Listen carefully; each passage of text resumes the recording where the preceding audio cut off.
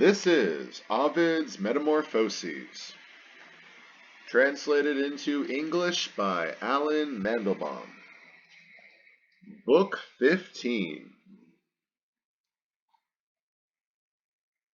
Meanwhile, they seek a man to meet their needs, one to succeed, so masterful a king.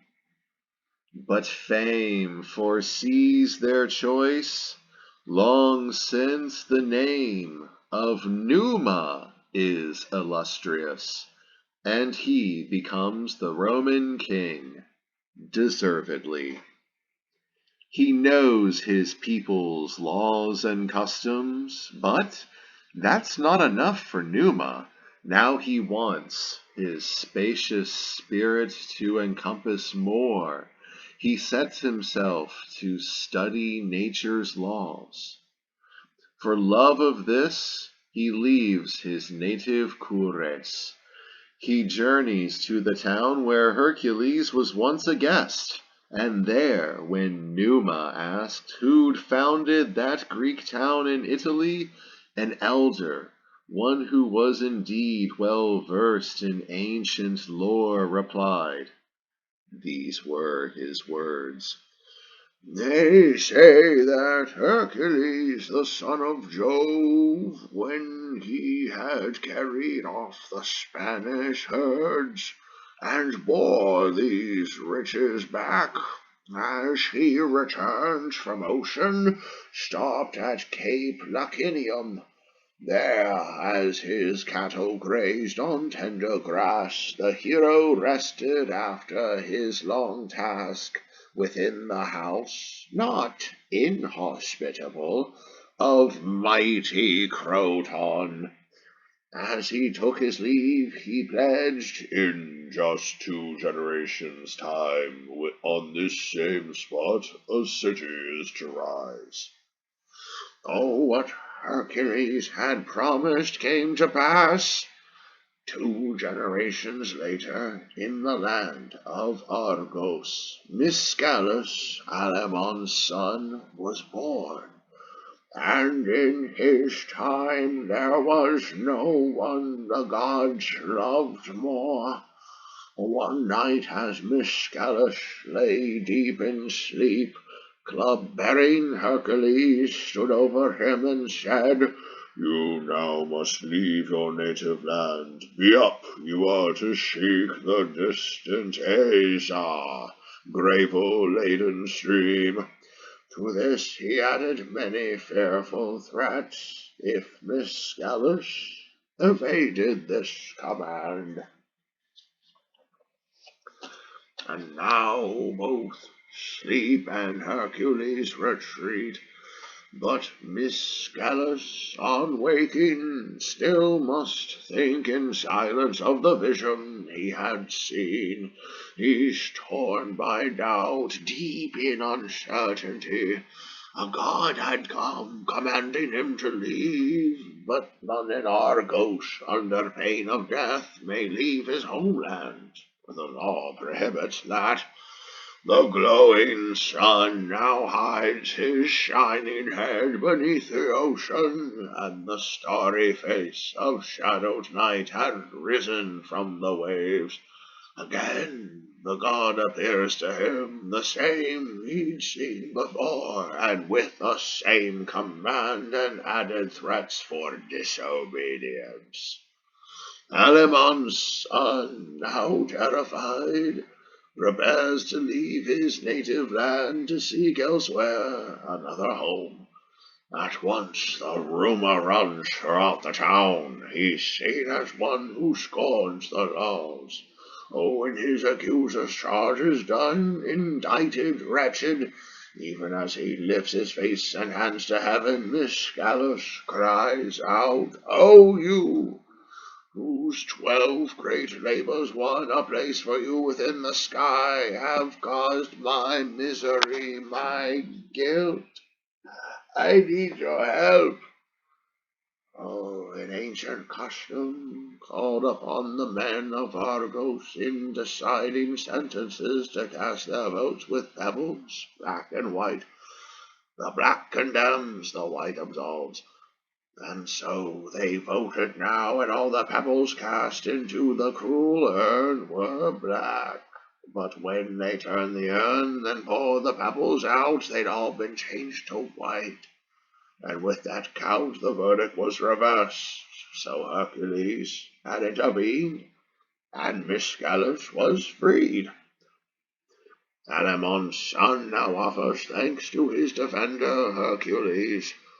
Then with kind winds he crosses the Ionian beyond the Spartans' town Tarentum, Sybaris, Veretus, and the Bay of Thurii, and Crimisa and the Iapygian fields. Just past the lands that rim that shore he finds the Aesar.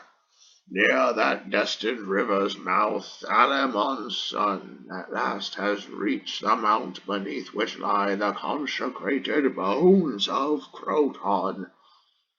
Building city walls around that spot, as Hercules had said he must, he transfers to the town that he constructs the name of him who lies beneath that mound. Such were the origins, confirmed by sure tradition, of that site and city.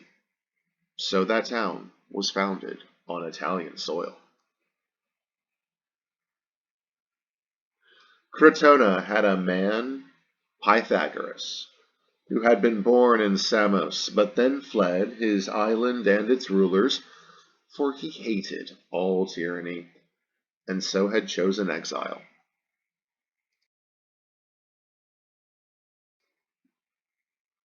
Although the gods were in the distant skies, Pythagoras drew near them with his mind. What nature had denied to human sight, he saw with intellect, his mental eye. When he, with reason and tenacious care, had probed all things, he taught, to those who gathered in silence and amazement, what he'd learned of the beginnings of the universe, of what caused things to happen, and what is their nature, what God is, whence come the snows, what is the origin of lightning bolts, whether it is the thundering winds or Jove that cleave the cloud banks, and what is the cause of earthquakes, and what laws control the course of stars. In sum, whatever had been hid, Pythagoras revealed. He was the first to speak against the use of animals as human food, a practice he denounced with learned but unheeded lips. His words as follows: O mortals, don't contaminate your bodies with food procured so sacrilegiously. For you can gather grain, there are fruits that bend the branches with their weight, and grapes that swell in clusters on the vines. There are delicious greens that cooking makes still more inviting, still more tender. You need not refrain from milk or honey sweet with scent of thyme. The earth is kind, and it provides so much abundance. You are offered feasts for which there is no need to slaughter beasts to shed their blood. Some animals do feed on flesh, but yet not all of them. For sheep and cattle graze on grass, and those who need to feed on bloody food are savage beasts. Fierce lions, wolves, and bears, Armenian tigers. Ah, it's a monstrous crime indeed to stuff your innards with a living thing's own innards, to make fat your greedy flesh by swallowing another's body, letting another die, that you may live. Amid so many things that earth, the best of mothers, may offer, must you really choose to chew with cruel teeth such wretched slaughtered flesh? And mime the horrid Cyclops as you eat? Is your voracious, pampered gut appeased by this alone? You're killing living things? And yet, that ancient age to which we gave the Golden Age's name was quite content to take the tree-born fruit as nourishment, and greens the ground gave freely. No one then defiled his lips with blood. Birds beat their wings unmenaced in the air, and through the fields hares wandered without fear. Men did not snare unwary fish with hooks. All things were free of traps and treachery. There was no fear of fraud, and peace was present everywhere. But someone, he is nameless, then began to envy lions fare, and so he fed his greedy guts with flesh, and sacrilege was started. At its origins, confined to savage beasts, the blade was justified. Our iron shed the warm blood, took the life of animals who menaced us, and such defense was not a profanation, but the need to kill them never did imply the right to feed upon them. From that seed there grew still fouler crimes. The first to be a sacrificial victim was the pig, because with his broad snout he rooted up the planted seeds and spoiled the hoped-for crop. The goat was also prey to punishment. They butchered him on Bacchus's altar since he browsed the gods' grapevines. Those goats and pigs were made to pay for what in truth they did. But sheep, what did you do to merit death? You peaceful beasts, born to bring good to men, you flocks, whose swollen udders bear white nectar, whose wool provides soft clothing for us, who in life are far more useful than in death. What evil has the bullock done, that beast who never cheats, never deceives? Helpless and innocent, he has unending patience.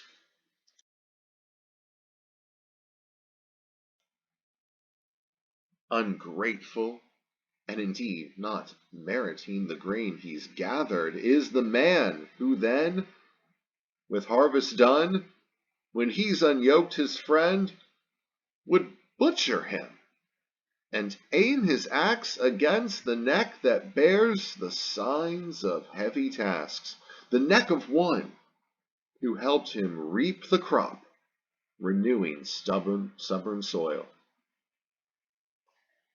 And men were not content with that. They even made the gods share in iniquity.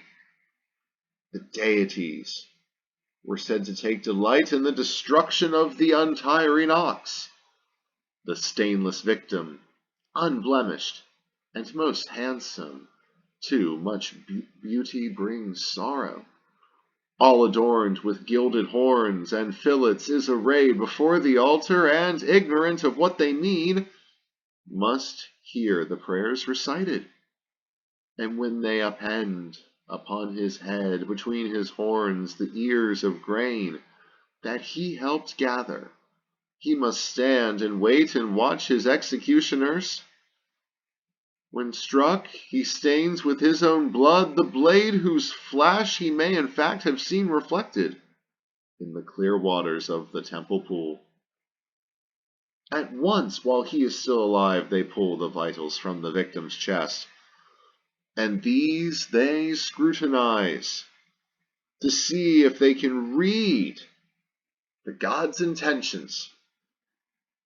Oh, do you, the tribe of mortals, dare to feed upon such meat? Can you lust so for that forbidden feast? Stop that disgrace, I pray. Heed what I say. But if in any case your mouths still crave the limbs of butchered beasts, then be aware that you're devouring your own laborers. And since it is a god who urges me, my lips will follow him devotedly. I shall disclose my Delphi, I'll reveal the truths of heaven, all the oracles that highest wisdom holds. The things I sing are mighty things our forebears did not probe, things that have long been hidden. Let us roam among the starry heights. Yes, let us rise above the earth. This sight so dull, inert. Let clouds transport us. Let us stand upon the sturdy Atlas's shoulders. And from that height we shall watch those who stagger far below, who, lacking reason, stray and stumble, those who tremble in the face of what death holds. But I'll dispel their fears. I shall unfold the ways of fate. O you, bewildered race, dismayed and terrified as you await the chill of death, why do you dread the shades and empty names that poets fabricate? The Styx is nothing but a counterfeit, a figment world whose perils don't exist. And your bodies, whether they have been consumed by flames upon the pyre or worn away by time, can suffer nothing more, I say. But over souls, be sure, death has no sway. Each soul, once it has left one body, takes another body as its home, the place where it lives on. Yes, I myself recall that when the Trojan War was waged, I was Euphorbus, son of Panthus. My chest was pierced by Menelaus's heavy lance. Oh, not long ago, at Juno's shrine in Argos, the city Abbas built, I recognized the shield that my left arm in time gone by held high. For all things change, but no thing dies. The spirit wanders here and there at will. The soul can journey from an animal into a human body, and from us to beasts. It occupies a body, but it never perishes. As pliant wax is still the self-same wax, so do I say that soul, however much it may migrate, is still the same. And thus, lest piety suffer defeat when faced with belly's greed, do not expel, so I, a prophet, teach, the soul of others by your butchery. Those souls are kin to your own souls. Don't feed your blood upon another's blood. Indeed, since I am now well launched on this vast sea, and under full sail with kind words can speed, I add, in all this world no thing can keep its form, for all things flow. All things are born to change their shape, and time itself is like a river, flowing on an endless course. Witness, no stream and no swift moment can relent. They must forever flow, just as wave follows wave, and every wave is pressed, and also presses on the wave ahead. So too must moments always be renewed. What was is now no more, and what was not has come to be. Renewal is the lot of time. You see how nights flow toward first light, and how resplendent light succeeds dark night, and when all weary things have given way to sleep, the heaven's hue is not the same as when bright Lucifer on his white steed rides out, and still another color reigns when, heralding the day, Aurora stains the sky before consigning it to Phoebus.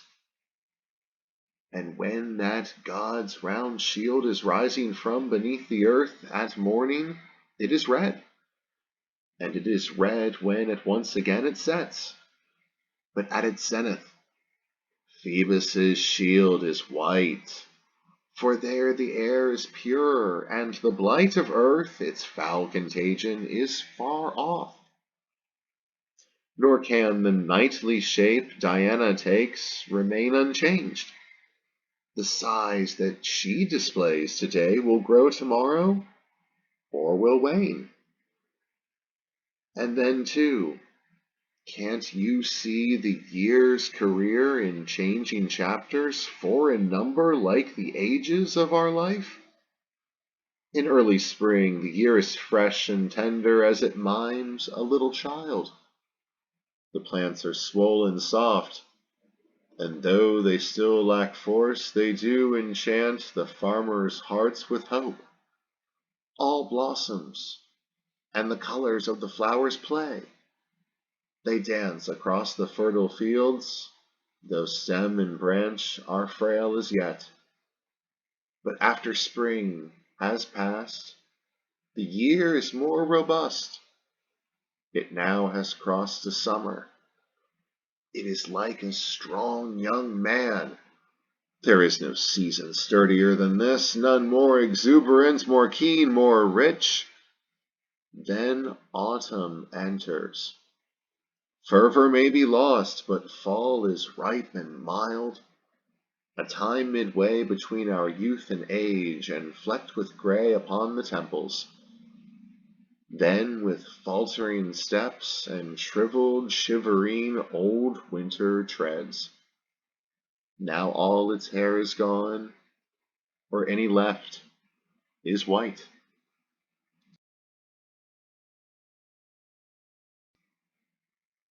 Just so, our bodies undergo the never-resting changes.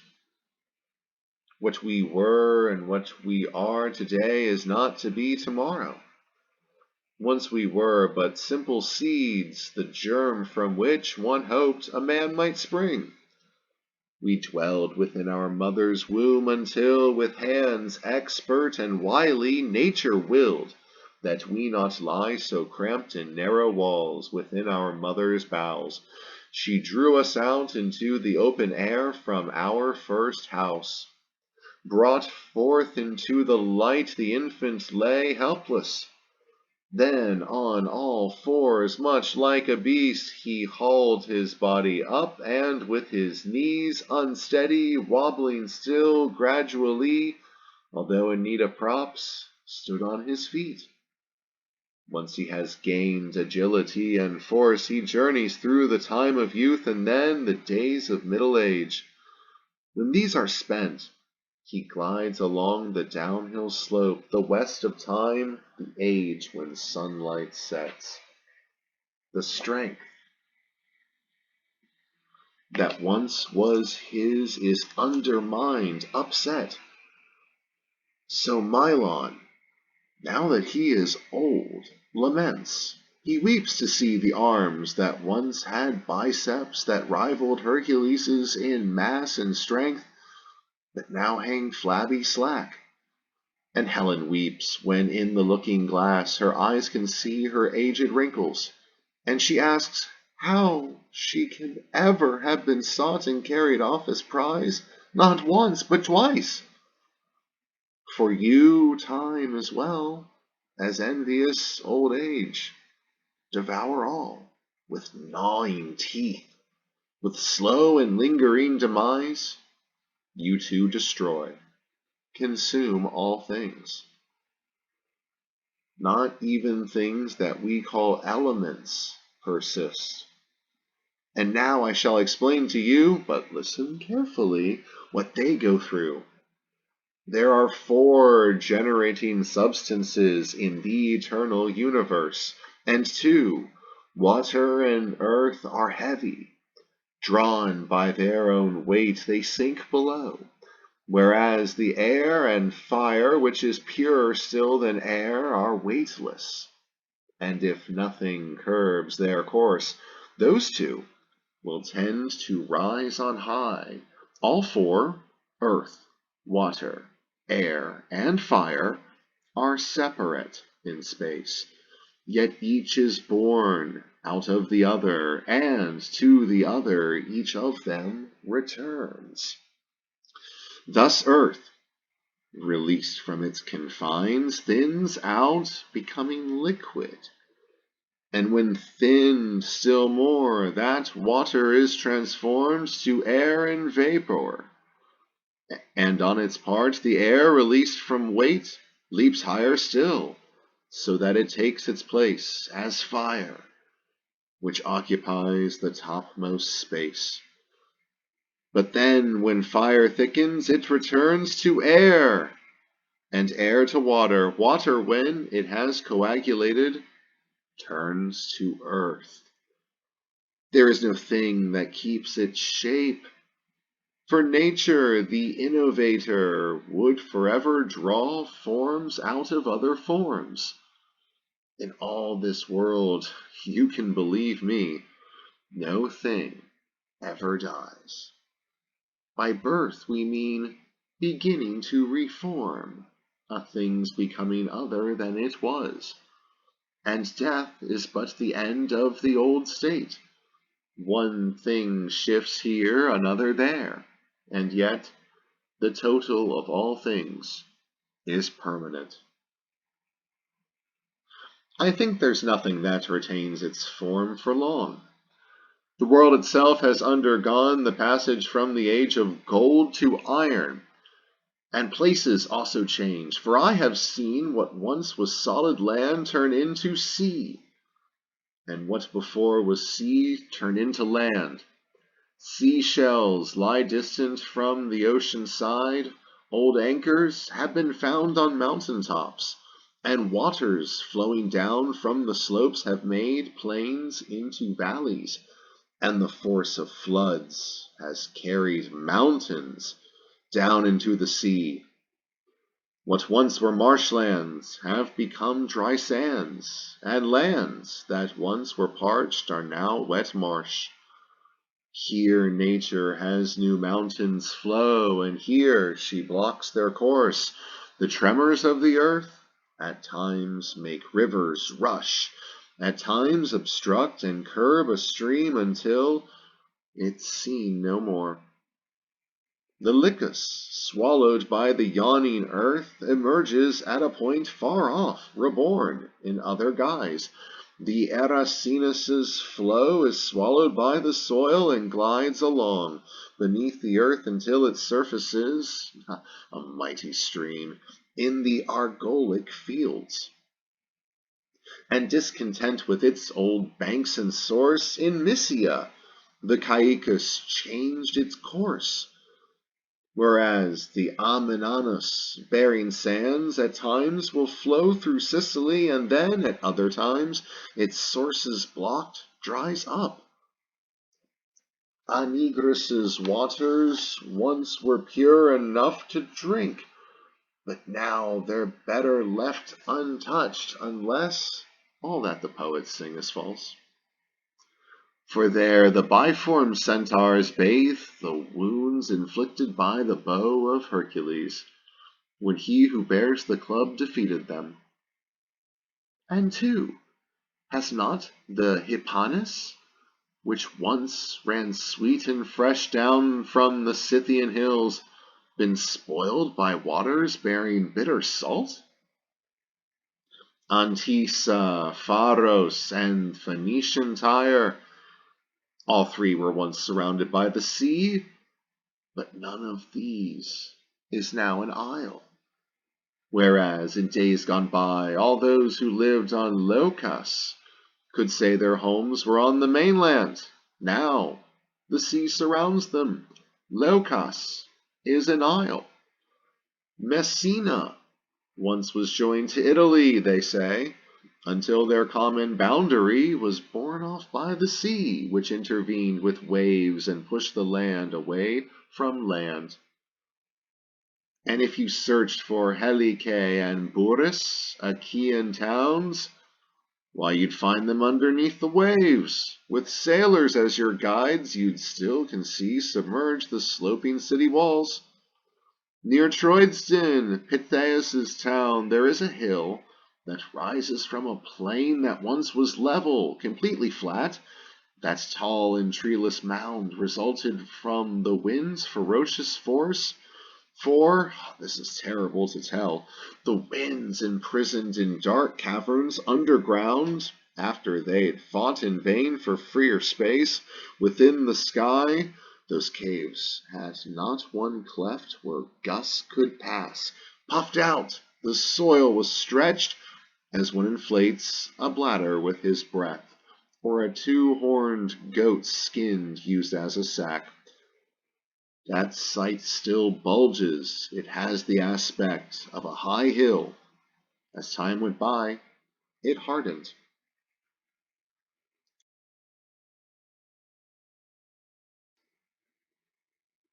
Though many more examples come to mind, things I have seen or heard men tell, I'll cite only a few. Just think of guys on guys that water takes. Horned Ammon, at midday your stream is cold. At dawn and dusk it warms, and, so they say, the Athemanians, just when the moon has almost fully waned, pour water onto wood to kindle flames. And there's a river of the Cicones that turns to stone the guts of those who drink its waters. Anything its waters touch is changed to marble. And not far from us, Cratis and Sybaris can make one's hair like gold and amber. What is even more astonishing, those waters can transform not just the body, but the mind as well. Who can forget Salamacus's horrid pool, and too the lakes of Ethiopia, those lakes that drive to madness all who drink or plunge them into sleep so strange, so deep. Whoever slakes his thirst at Clitor's font shuns wine. Abstemious, he prizes just pure water. And the cause of this may be those waters' power to counteract wine's heat. Or else, as people of that place insist, when Amathaon's son, with spells and herbs, freed Proetus's daughters from insanity, he threw the herbs he'd used to purge their minds into that spring, and to this day the hate of wine remains within that fountain's waves. But in the land of the Lyncestians there is a stream with opposite effect. Whoever swallows but a moderate amount of water there will sway as if he'd drunk pure wine. And in Arcadia there is a lake, the ancients call it Phaneus, whose waters are ambiguous. By night it's to be shunned. Drunk then its waters are malefic. Drunk by day, well, they do no harm. The powers manifest in lakes and streams, as you can see, are various indeed. In ancient days Ortygia floated freely, and now that island has stability. And when the Argos sailed, it was afraid of the Symplegades. With crashing spray, those rocks would pound each other, but today the reefs are fixed and firm, they don't give way before the winds. And Aetna, too, has changed, and will yet change again, for now it flames with fires from sulphurous furnaces. and yet it will not flame forever. And in fact, there was a time when all its flames were spent. And to account for this, one might suggest that Earth is like a living animal. It is equipped with many breathing holes to exhale flames, and it indeed can change from time to time the paths its fires take. For every time Earth shakes, it can close caves at one point while it opens them elsewhere. Or one could offer this hypothesis, that if, within the deep caves underground, swift winds have been imprisoned, when they gust, they drive the rocks against each other and against the flinty matter that contains the seeds of flame, and so the caves grow hot. But once the winds have lost their force, the caves will once again cool down. Or one might claim that pitch and other things bituminous can catch fire underneath, or yellow sulfur, which burns with slender flames. And certainly when, in the course of many centuries, Earth will have lost its energies and can no longer richly feed and fuel those flames, voracious nature then will feel her lack of nourishment. Unable to withstand that hunger, being left to starve, she'll let those fires starve, and Aetna will be spent. They say that in the Hyperboreans' land, within Pallene, one finds certain men who, when they've plunged into Minerva's pool 9 times, emerge with bodies covered by light feathers. I do not believe that's true. But it is said of Scythian women, too, that they can gain light feathers through the use of magic potions sprinkled on their bodies. But if we turn to things that we ourselves can test and trust, you'll see that any corpse which, through long lapse of time or else because of liquefying heat, has decomposed, is transformed into tiny animals. If, after precious bulls are sacrificed, you set their carcasses within a ditch, you'll see, it's a familiar happening, that everywhere among the rotting guts the pollen-gathering bees will soon spring up. And like the bulls from which they've sprung, those bees are fond of fields, work eagerly, and wait with patience for the fruits their labor brings. While from the buried body of a horse, the animal that shows its worth in war, it is the hornet that is born. Tear off the curving claws of the shore-loving crab, and hide the rest of him beneath the sands. Then, from the buried part, a scorpion will come and threaten you with his hooked tail. And in the countryside, those worms that weave white threads among the trees, as farmers see, will change, becoming butterflies, the form that often is depicted on tombstones. In slimy mud, one seeks and finds the seeds that generate green frogs. They have no feet at first, but soon enough the frogs receive the legs that help them swim. And since they need to leap, the pair in back is longer than the pair in front. And at their birth, their cubs are nothing more than shapeless flesh, mere lumps, until the she-bear licks their limbs and gives to them the shape, however crude, that she herself, their mother, has. And can't you see just how the larvae of the honey bees have bodies without limbs when they are born, within their waxen cells, the hexagons that shelter them? And only later will you see the bee get feet, and later still get wings. And Juno's sacred bird, whose tail is graced by many star-like shapes, as well as that great bird who bears Jove's thunderbolts, and Cytherea's doves, indeed all birds. Unless one knew, could anyone suspect that these came from the inside of an egg? Some even hold that when the spinal bones rot in the sepulchre, the human marrow is changed into a snake. Well, in any case, all of these newborn bodies take their shape from other bodies. One alone can take life from itself and so regenerate. The bird that the Assyrians call phoenix, the phoenix does not feed on seeds of grain or plants, but on the gum of frankincense and the juice of amomum. When his life completes 500 years, the phoenix flies onto a swaying palm, and in that tree he builds with talons and untainted beak a nest among the boughs. When he has lined this nest with yellow myrrh, slim stalks of nard, and powdered cinnamon and cassia bark, the phoenix stretches out and ends his days among those fragrances.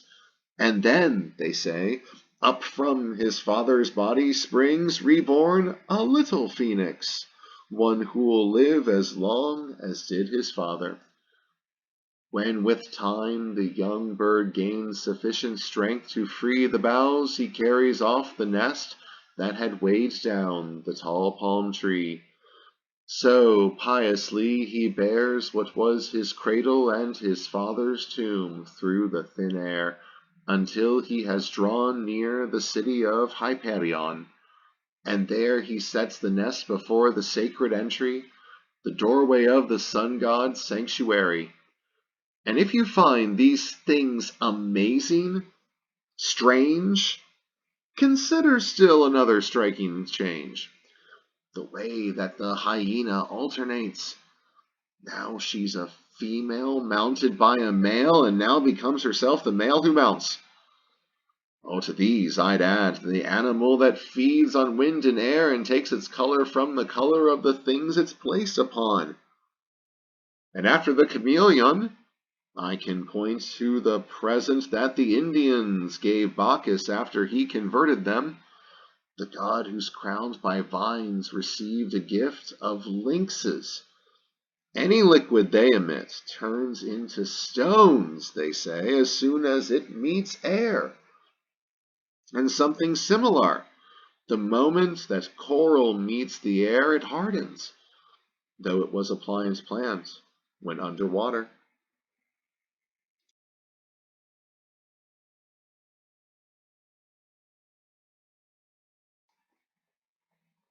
But day could well be done, and Phoebus plunge into the deep sea with his weary steeds, before my words had finished a recounting of all the things that take new shapes. We see that eras change, for here some nations gain and grow in strength, and there others lose the day. So Troy had might and men and wealth. She could afford for 10 long years to shed her blood. Now, raised, all she can show are ancient ruins. Her only riches are ancestral tombs. Sparta was famed, and great Mycenae claimed much might.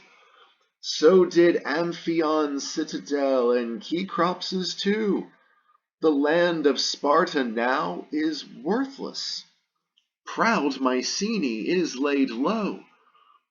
What has the Thebes of Oedipus to show except for her own name? And what is left to Cecrops's Athens other than her fame?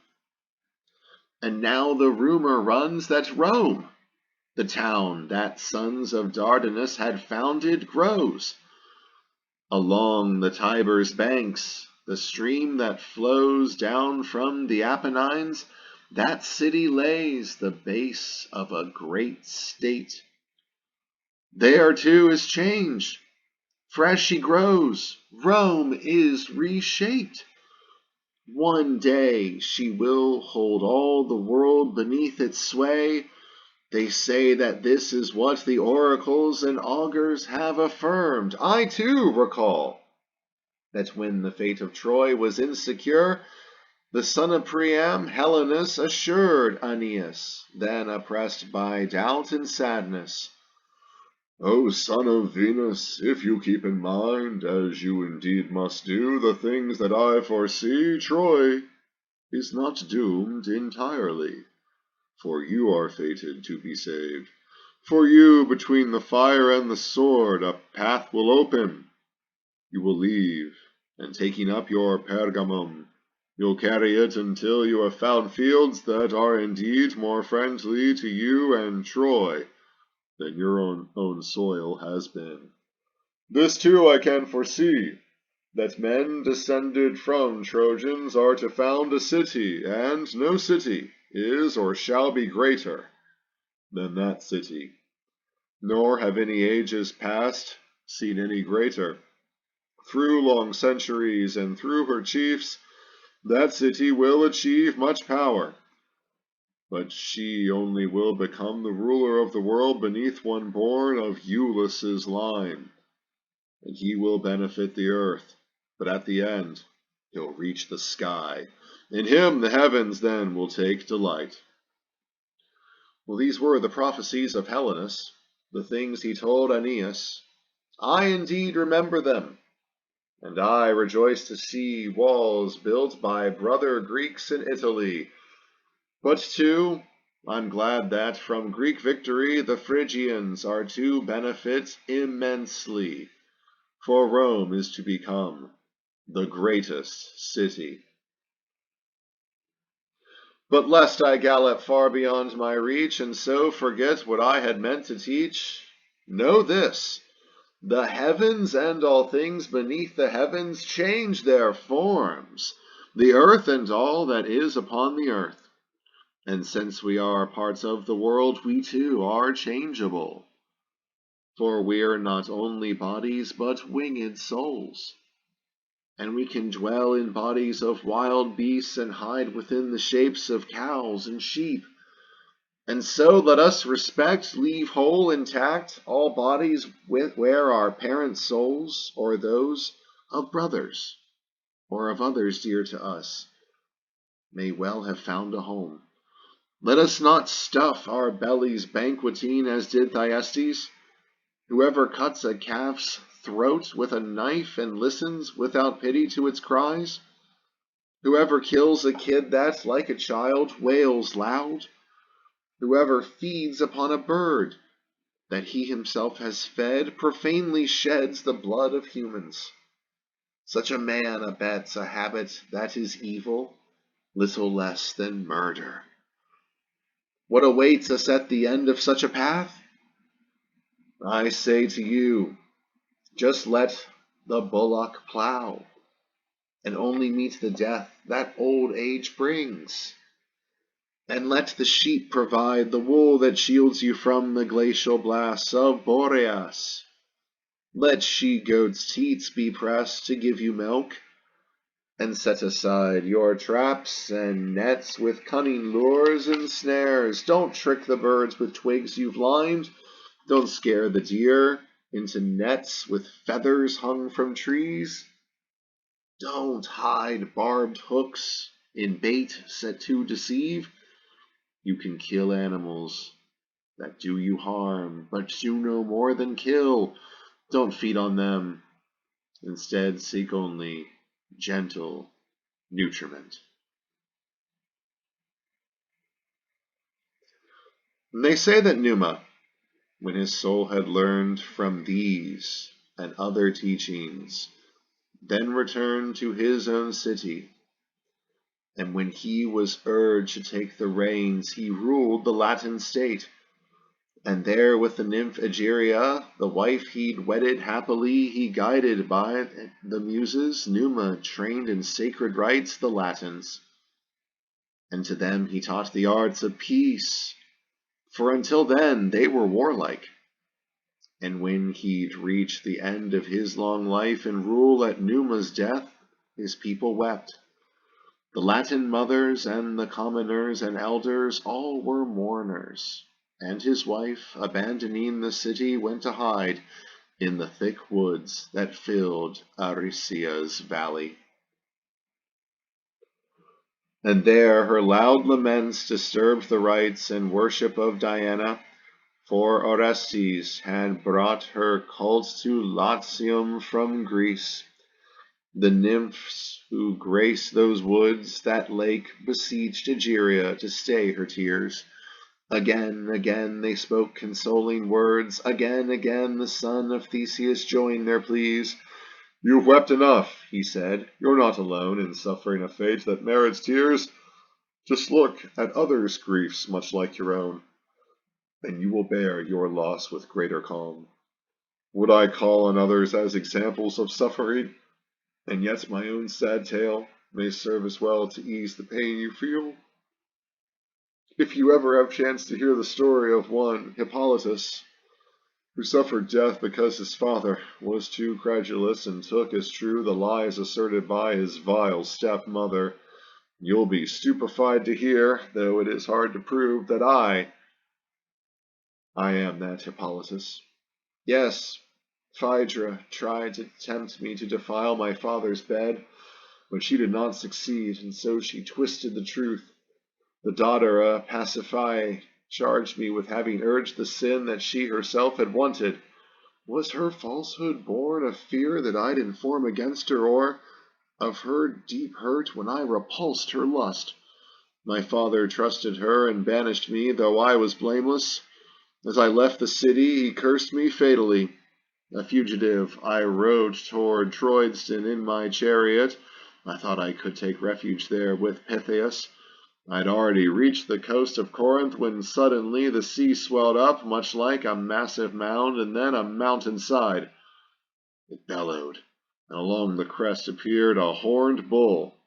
Through the unresisting air he rose chest high and spouted giant jets of water from his nostrils and his mouth. My comrades froze with fear, but I did not. My exile was the care that filled my thoughts.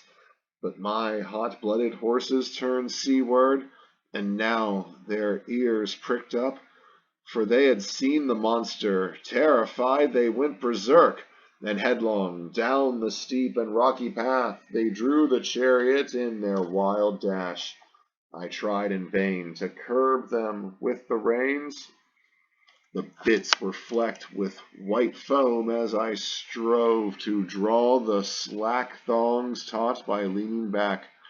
I tugged with so much force that I'd have quelled their frenzy, curbed their course, had not a wheel, just where it always turns on its own axles, struck a tree trunk. The shattered wheel broke off, and I was hurtled from my chariot. You would have seen my guts dragged live across the ground. My legs became entangled in the reins, my sinews sticking to the tree, as parts of me were carried off and parts remained in shreds behind. The sound was ominous as my bones snapped. My soul exhaled its last, its weary breath, and no part of my body was recognizable. I was just one great wound. Now, dare you, nymph, compare what you have suffered with my own disaster? I saw the sunless kingdom of the dead. I bathed my shattered body in the waves of Phlegethon. And if I did regain my life, I owe it to Apollo's son, to Aesculapius' strong medicine. His potent herbs and healing arts restored my life, though that roused the rage of Dis. And then Diana hid me in a thick, dark cloud, lest others might resent the gift of life that I'd received. And that I might move safely, unmolested, she took care to age me, adding years. And all my features were changed. I was unrecognizable. But she took long before deciding on my home. She conjured Delos, conjured Crete, but then, renouncing both, she sent me here, enjoining me to lay aside my name, because Hippolytus, recalling horses, would have revealed my old identity. And she said, "You who were once Hippolytus, from this day on are Verbius." And since then I live, as a minor deity, within this wood. I hide beneath her godly sway. I am Diana's faithful devotee. But others' anguish did not help assuage the sorrow of Egeria. She lay prostrate along a mountain's base and wept until Diana, seeing her bereft, a widow torn by pious grief, took pity on sorrowing Egeria and gave, her body liquid shape, her limbs became the waters of a cool, eternal spring.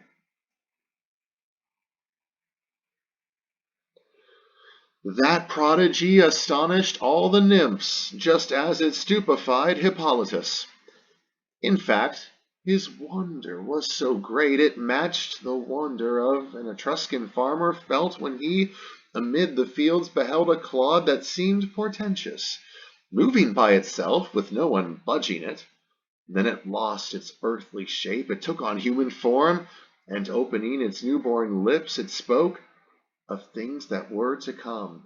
The natives called that augur Tages, and he was the first to teach the people of Etruria to read the future. And Hippolytus's amazement also matched the wonder felt by Romulus when he saw his spear shaft fixed in the ground upon the Palatine sprout leaves and boughs. It did not stand erect, supported by its iron tips, but by its newborn roots. It was no weapon now, it had become a tree with pliant boughs that offered unsuspected shade to all who were astonished by that miracle.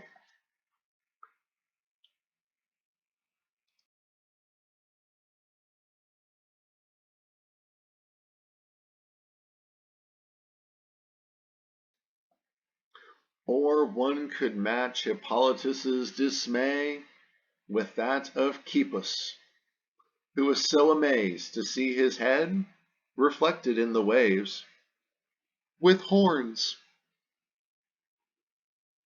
Yes, when he gazed into the stream, he saw those horns reflected, but believed his eyes had been deceived. Again, he touched his forehead with his fingers, and the image had not lied. He stopped beside the river. He was on his homeward way to Rome, returning from the wars a victor, and lifting eyes and arms to heaven, cried, "O gods! Whatever is foretold by this prodigious thing, if it brings benefits, may they be shared by my own home, the land and people of Quirinus. But if it threats are meant, may I alone confront the menace." So Cipus prayed. Then of green turf he made an altar, burning incense to placate the gods, and he poured out wine offerings. And after sacrificing sheep, he called upon an augur to consult the entrails. They were still quivering, to see what tale they told about the future Cipus faced. The augur, an Etruscan, read at once the signs of things momentous, though they were still indistinct. But when he lifted up his sharp eyes from the innards of the sheep and saw the horns of Cipus, he cried out, "O king, I greet you, for it is to you and to your horns that Rome herself and all the citadels of Latium will bow. But you must not delay, the city's gates are open wide, be quick to enter Rome, so destiny would have you do, and once you have been welcomed there, you are to gain the scepter you in safety will retain forever." But before the walls of Rome, Cipus drew back. He turned his eyes away. His face was grim and grave as he exclaimed, "Oh, may the gods save me from such a fate, for I would rather end my days in exile than be crowned king upon the Capitol." And then he called upon the Roman people and venerable Senate to assemble. He garlanded his brow with peaceful laurel to hide his horns. Then, standing on a platform of earth heaped up by his stout soldiers, he invoked the ancient gods, as customary, and said, "In this assembly there is one who, if you do not banish him, will be your king.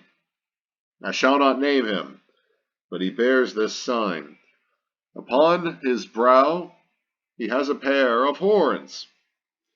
The augur has declared to me that if this man should ever enter Rome, he will dictate your laws and slave you all. In truth, the gates are open. and he could have burst into your city.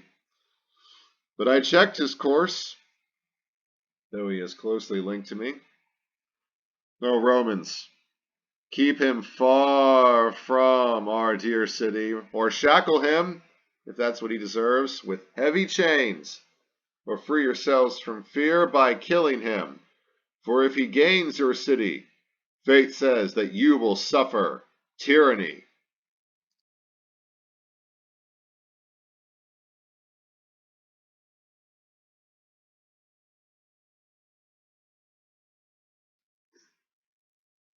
At this a murmur rose in the assembly, the sort that sweeps across the squat pine trees when boisterous Eurus whistles through them, or the sound of far-off surge. But in that crowd of muddled voices there was one more loud than all the rest. "Who is he?" And they searched out each other's forehead, looking for the horns. Then Cipus said, "The man you seek is found." Then, although they tried to stop him, he removed the garland from his brow and showed his horns. And all cast down their eyes. As one they moaned, and most unwillingly, for who indeed could have expected this, looked at the head of one who was so notable a man. And since they would not have his head stripped bare of ornaments that honored him, again they wreathed his head with a triumphal garland. They did forbid your entering the city, O Cipus. But to you the senators assigned this prize, this honor. As much land outside the walls as you could circumscribe within a furrow that your plow, pulled by a team of oxen, working from sunrise until the setting of the sun, inscribed upon the soil. And on the gates of bronze, the entryway to Rome, they sculpted horns, like your prodigious horns, so as to keep your name alive through all the centuries.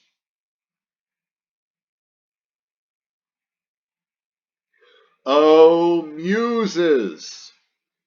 You who know and can recall, despite the lengthy span of ages, all you guardian goddesses of poets, now reveal to me just how the island bathed by the deep Tiber had received the cult imported there by Aesculapius, as an addition to the other rites that graced the city Romulus had founded.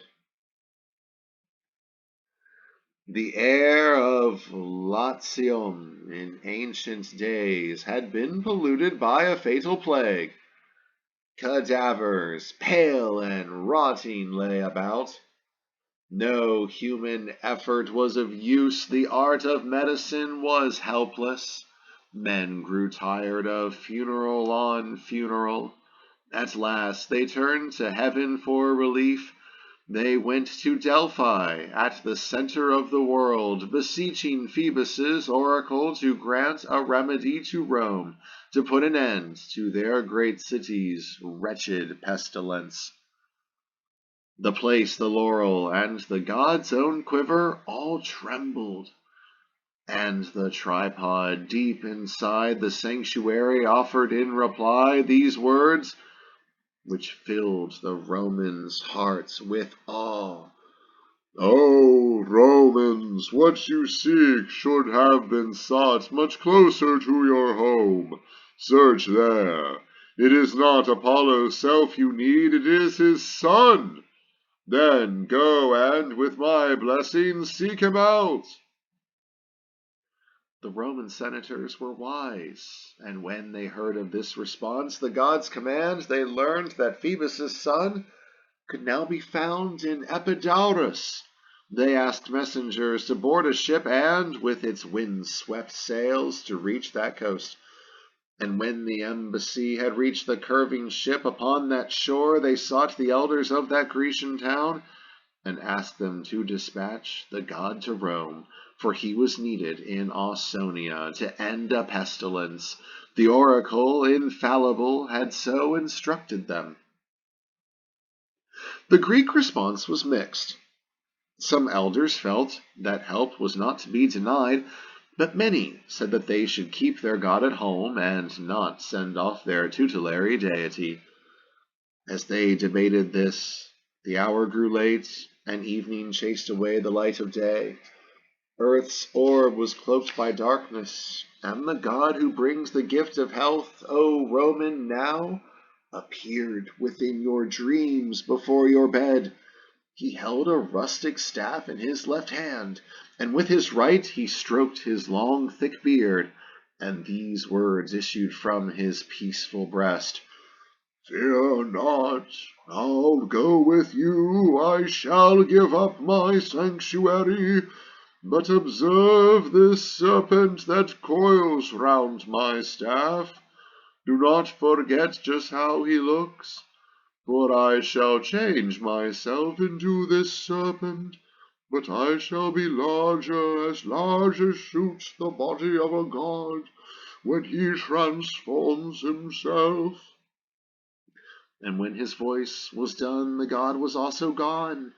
And when the voice and God were gone, sleep vanished too. And as sleep fled, the day's kind light broke through. Dawn puts to flight the starlight fires of heaven. The Grecian elders, still unsure, again assembled at the temple of the god the Romans hoped to carry off with them. The elders begged the god to grant some sign of where he would prefer to have his shrine.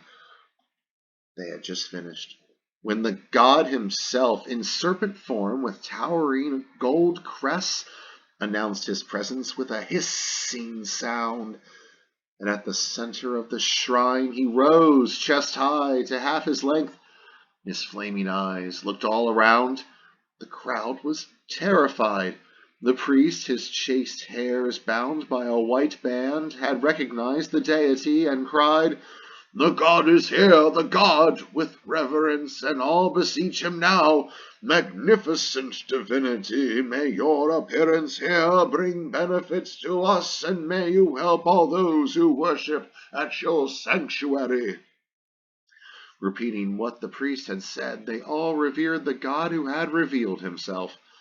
And the descendants of Aeneas, too, joined with the Greeks in worshipping the god with pious voice and pious heart. And he, to show that he agreed to leave for Rome, shook his tall crest, and with his darting tongue he hissed repeatedly. Then, with gliding down the polished steps, before he left, he turned his eyes to look for one last time upon his ancient altars, to salute the shrine that, for so long, had been his holy home. That done, he slid, immense, across the ground, which people strewed with flowers as he went, and coiling and uncoiling through the town, he reached the harbor with its curving quay. And there he stopped a moment, as if he wanted to thank the throng, to bid a kind farewell to all who'd worshipped at his shrine. And when the serpent settled with his body upon the Roman ship, his weight was heavy. But beneath the burden of the deity, the keel sank deep. The Romans were most happy. They sacrificed a bull along the beach, then garlanded the ship, and loosening the hawsers, they sailed off. A light wind bore their vessel on its course. The snake god towers. He rests his neck upon the curving stern and gazes down below at azure waters. With Zephyr's gentle winds, they sailed across the Ionian, and when dawn showed herself for the 6th time, their ship had reached the seas of Italy. They passed the promontory far famed for Juno's shrine, Lacinium. They passed Sicalacium and left behind Iapegia, to avoid Amphrisia's rocks upon the left, and the Cosinthian crags upon the right. They plied their oars, then passed Romethium and Caulon and Naricia. Then in the seas of Sicily they crossed Pelorus' straits, and then sailed by the isles of Aeolus, the mines of Temesa and Leucosia, and saw gentle Paestum's rose gardens. Next they skirted Capreae, Minerva's headland, and Sorrentum's hills so rich with vines, and Herculaneum and Stabiae, and the city born for pleasure, Parthenope, and then the Sibyl's temple at Cumae.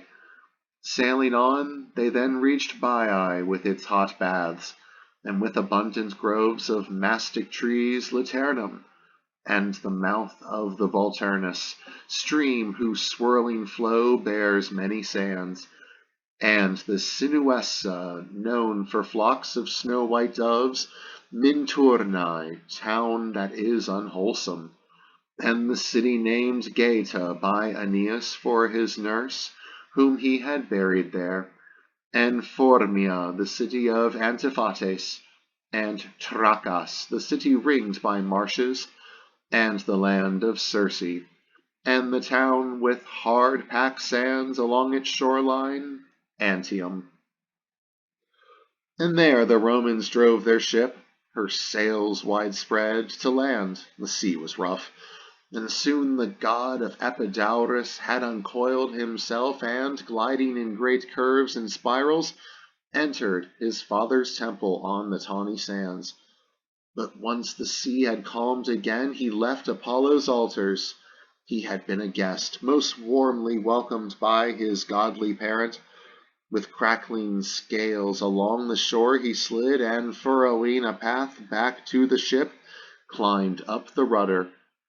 Once again he set his head against the curving stern, until, past Castrum, past Lavinium's sacred land, he reached the Tiber's mouth. Along the banks, people of every sort, elders and matrons, rushed out to welcome him. There, too, the virgins who tend your fires, Trojan Vesta, came to greet him jubilantly. As the ship moved swiftly up the river, on the rows of altars they had built along the shores, the burning incense crackled, and the air was filled with fragrance, and the knives were warm with blood of sacrificial animals. And now the ship had entered Rome itself, the capital of all the world. The god lifted himself on high, and coiling round the masthead, moved his neck from side to side to find the place best suited for his shrine. There is a point at which the stream divides, to wrap around a place they call the island. That land lies in the center. The two arms of Tiber are of equal length, and here the serpent son of Phoebus disembarked. He left the Latin ship, and taking on his godly form again, he put an end to grief and pestilence. And as he came, the bringer of good health, so he remained. That god we venerated in our shrines, to reach the Tiber, left his land behind. But Caesar is a god in his own city. He'd won great triumphs in the field, and worn the statesman's toga here at home. In sum, he had a lightning-quick, a rich career, but more than all of this, it was his son who earned for Caesar apotheosis, his change into a comet, a new star. In truth, among the deeds of Caesar, none deserves more glory than his being one who fathered our Augustus. Is there more renown in having conquered sea-bound Britons, in leading his triumphant fleet along the course of the papyrus-bearing Nile, up all its 7 mouths, in his subjecting to Rome the rebels of Numidia, and Juba, Libya's king, one Mithridates after another, Pontus's mighty kings, in celebrating certain triumphs, and in earning many more? Can such renown surpass his having had so great A son? O gods, in naming him Augustus, Lord of all the world, you blessed the human race abundantly. But such a king must be a son of more than mortal seed. You need to take his father Caesar from this earth. You have to make of him a deity. When Venus saw that this would come to pass, but that it was also meant a sorry death for Caesar, her high priest, and there were signs that an armed plot was being organized, she paled. And to each god she met, she said, "Oh, see this conspiracy, the cunning web they weave. How faithlessly they would attempt to kill the one descendant left to me from Ulysses' line, Dardanus' progeny. Oh, must I forever be the only one who has such cause for worry and affliction? Well, first I was wounded by King Tydeus' son, the lance of Diomedes, and then I faced despair. I saw the walls of Troy erased, and I have had to watch the wanderings of my Aeneas thrust along the sea, and had to see my own dear son descending into the region of the silenced dead. I watched him as he warred with Turnus, or, if it be truth that we would tell, with Juno. But why need I recount the ancient trials of my descendants? What awaits me now does not allow me to recall old sorrows. Oh, you surely see that sacrilegious blades are being sharpened. Stop that threat, I pray. Prevent this crime. Do not let Vestal's flames be quenched by bloodshed, with her high priest's death." Such were the cries of Venus in distress. Across the sky they went, useless laments. But they did stir the gods, who could not break the ancient sisters' ironclad decrees, yet gave sure signs that grief was imminent. They say the hideous crime was presaged by the clash of arms among dark clouds and horns, and trumpets blaring horribly. The sun's own orb was sorrowing. The light it shed on frightened earth was lurid. Firebrands would often flash beneath the stars, and gusts of rain would often carry drops of blood. The morning star was blue-gray, and his face showed russet-colored blotches, and blood stained the chariot of Luna. The sad owl, that Stygian bird, was heard to mourn and warn, and ivory statues wept throughout the land. And from the sacred woods, so it is said, came words of menace and distressing chants. No sacrificial victim offered hope. When augurs read the entrails, all they saw were signs of imminent uproar in Rome. The liver showed a severed upper lobe, and in the forum and around the homes and to the temples of the gods, it's told, dogs howled by night and silent spirits roamed. Then tremors shook the city. Though the gods had sent these omens, that was not enough to curb the course of fate and human plots. So unsheathed swords were to profane the shrine. No other place was chosen for the crime. Caesar was to be slaughtered in the Curia.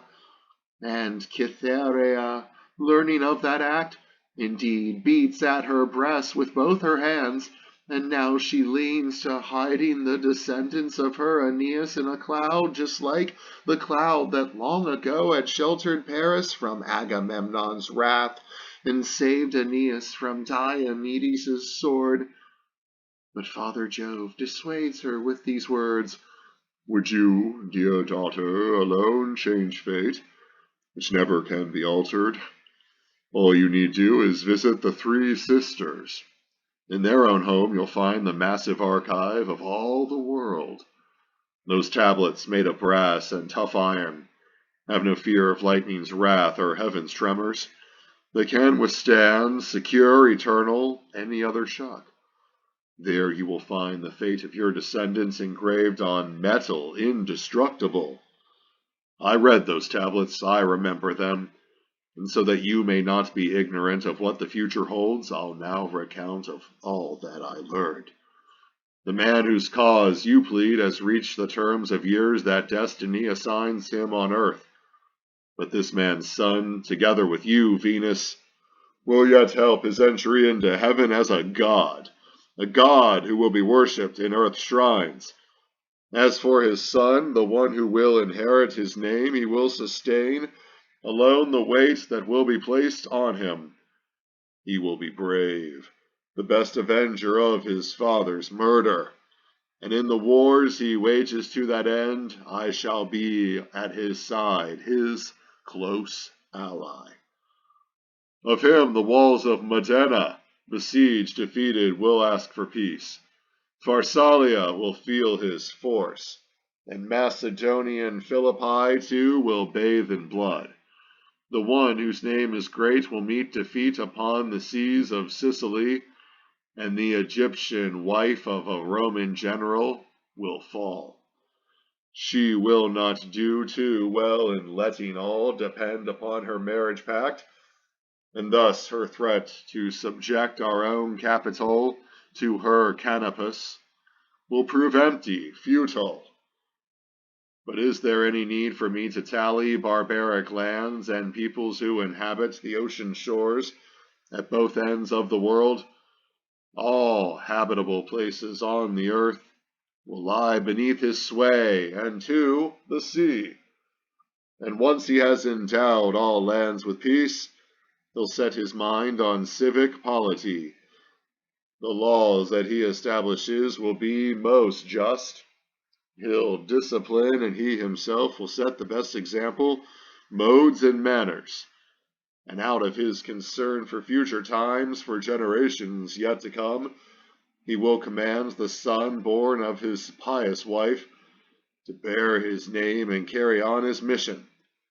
But only when he reaches Nestor's years will he resign these tasks, and then ascend up to the starry heaven to a place among his kin. Meanwhile, O Venus, snatch the soul of Caesar from his murdered flesh and make of him a star. There, from on high, he may forever be the deified Caesar, who contemplates our capital and forum from his sacred place, his shrine. No sooner had Jove told great-hearted Venus these words than she, invisible to all, went to a place within the Senate hall, and from her Caesar's body took his soul. She would not have his spirit disappear within the air. She bears it to the stars. As Venus does so, she becomes aware that it is growing bright, is catching fire. At that she lets the soul leave her own breast. It flies on high, beyond the moon. Behind, it leaves a long and flaming trail until, by now a star, it glows.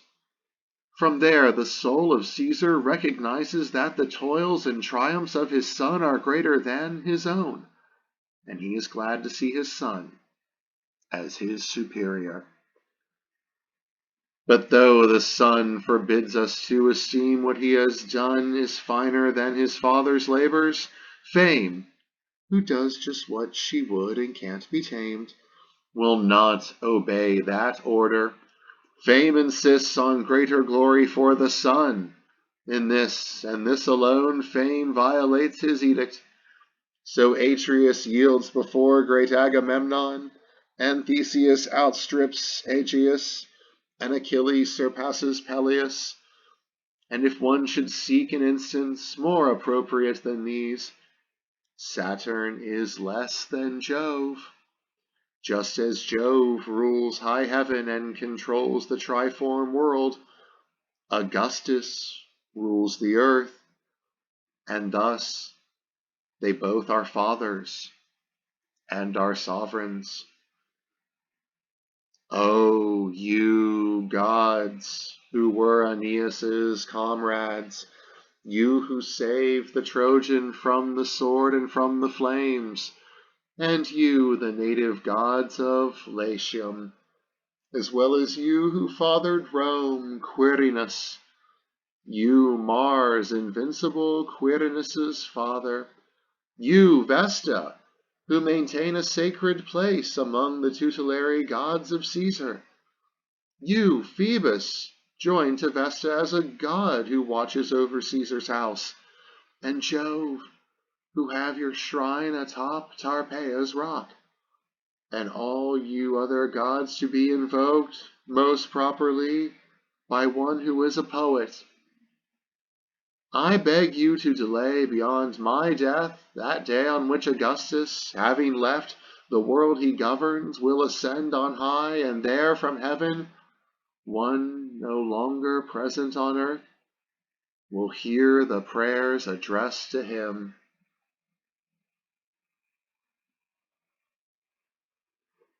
And now my work is done.